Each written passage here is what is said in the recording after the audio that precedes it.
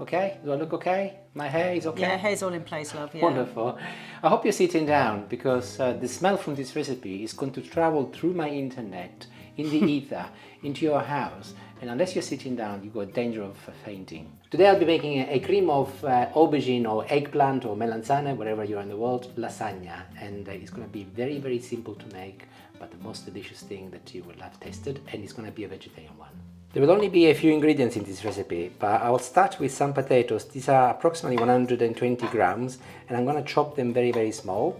The potatoes will serve with two purposes. One is because I need some texture, but also because I need some starches. I'll explain why in a moment. And here they are. I've chopped them into very little cubes.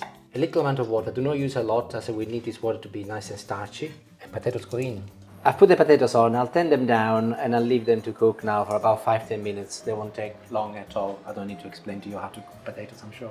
I will be using 3 medium-sized aubergines today, and I'm doing them in 1 centimeter slices. And I'll go the other way and I'll do some strips next. And lastly, I'll make some cubes. Olive oil in a large pan. Be quite generous with olive oil because this recipe relies a lot on olive oil. And I will add my aubergines. Any on the floor? No. They went everywhere. Good pinch of salt or lava. The salt will help the aubergine sweat and release some of the water as well. On the hob, as soon as they start sizzling, place the lid on and leave them for a little while because they will sweat and they will cook in their own steam effectively. What sort of temperature? It's on medium-high. I've just halved 300 grams of, these are plum tomatoes, but also you can use cherry tomatoes, or you could also use most probably tinned tomatoes, but for this recipe you best use fresh tomatoes. I'm now getting some garlic. These are very large cloves, so I will be using a couple, but you could use also 1 medium size per aubergine, so I would have done with 3 otherwise, so 2 large ones will be okay today. I am removing the skin today as they will be whisked, but I'll give them a gentle crush. 1 and 2. In case you're wondering, by the way, the reason why I crush my garlic is because the middle of the garlic has got something which in Italian is called anima, which is like the soul of the garlic, and that releases a lot of flavor. That is the most powerful part of the garlic. In some recipes, actually in Italy, they remove it because it could be a little bit too powerful. I never do. I think it's a shame. Let's take a look at the aubergines. They're cooking away, but they're getting a little bit too brown at the bottom. My potatoes are done, so I'm going to be using some of the starchy water and add to it. Give it a good mix. And I can add now my tomatoes and my garlic. I'll give everything a good mix once again. Lid goes back on and I'll leave them until the aubergines are properly cooked, so another 10 minutes and they should be done. The aubergines have been cooking for approximately 7 minutes and I'm ready for special ingredients number 1, and that is white wine vinegar, about 30 milliliters. But let's take a look first. Yeah, they're going much better now. I'll just increase the temperature slightly and I add my vinegar. I'll put the lid back on and I'll leave it to carry on. A few more minutes. And the aubergines are ready. And if you look, they're nice and translucent and they're perfectly done. And of course, all of the smell of the vinegar is also gone. The first thing I want to do is to go and fish my garlic. Here's one. Here's another piece. Garlic. Here's the last one. I'll divide this into roughly 3 parts, and I'm moving 2/3 of it in a jug. With the garlic, yeah? With the garlic, yes. Large handful of basil, including all of the stem, goes in. And I'll pour in a little bit of my starchy water from the potatoes. I'm sure you can see what's coming next. I think it's okay, I'm happy with that. Look, this is the consistency that I like. But if you prefer a smoother paste, just add a little bit more water, or you can actually also add a little milk if you wish. Imagine you're making a ragu, and that is a very, very similar consistency to a ragu with meat, so that is with aubergines. And just do a little taste to see what it's like for salt. Mine is perfect because the vinegar has also given a little bit of acidity and it's absolutely wonderful. But this is the time to add salt if you want it more salty. And time to start assembling my lasagna, so I'll start with a little paste at the bottom. I'm using fresh lasagna today, and you can also use the hard pasta, the Durham lasagna. If you were to use that, make your paste a little bit more watery, more liquidy, because it will be absorbed by the pasta. And just like a normal lasagna, just add it in, followed by another layer of my lovely aubergine paste. Remember the potatoes from earlier? just sprinkle a little.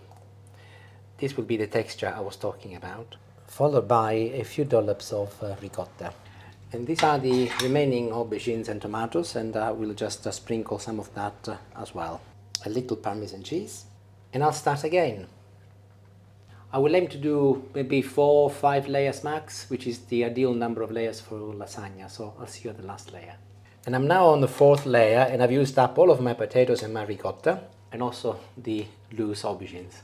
And this is going to be my 5th and final layer, so pasta goes on top. I have been pressing it down, by the way, as I go on each layer to ensure that it's nice and compacted. The remaining of my paste goes on, and I spread it all over. One final coating of Parmesan cheese, and I will finish the wonderful creation with some mozzarella cheese on top. This will melt alongside the Parmesan cheese, and I'll give a lovely topping to the lasagna. But the likelihood is that as it is so full, it will overflow, so I'm going to use a little tray. Like so. And I'm going to cover this one, just like all my lasagna, with some tin foil. Oven, 180 degrees, fan oven, 200 if it was a normal conventional oven, and 35 minutes in total, 20 minutes with the tin foil, and the last 15 minutes I will remove it and finish cooking, and I'll give it a lovely brown color to the top of my lasagna. So I'll see you in about 40 minutes. Right, I am at the halfway point, which is when I'm going to be removing the tin foil. Oh, look at this, Julie. Looks a bit like an alien. Mm. The reason why I'm showing you this is because I forgot to stab it.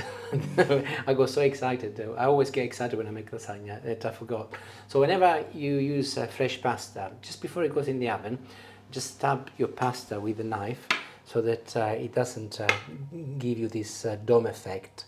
Otherwise it will potentially rise and then it will burn. As it had tin foil, it didn't matter. So, but the likelihood is it will rise next, so I can do it now. I'm back in the oven for a further 15 minutes, as I said before. And we are ready. I have left it for a further 5 minutes for 2 reasons. I think it's a bit bigger than the average lasagna I make, so 40 minutes, but also in my case, in my oven, for some reasons, when something is at the front, it doesn't go as brown, so I turned it around for the last 5 minutes to give a golden color all over. So I'll leave it to rest now for 5 to 10 minutes, and then we can see what we've done.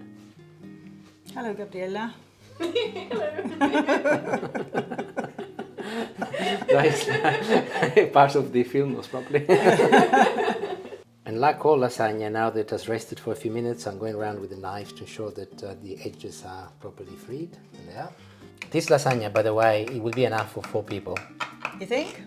It should be. I think maybe 3. Depends how hungry you are. Mm. I have to say there's a lovely smell coming up. You must probably be able to smell it by now. Hopefully you're sitting down. And see if I can get the perfect slice out.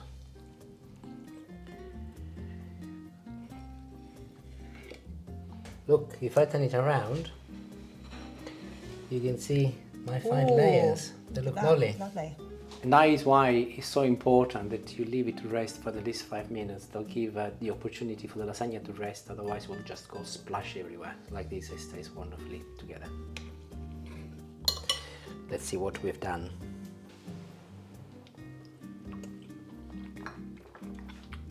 Nice, beautiful. And the little pieces of potatoes are absolutely spot on.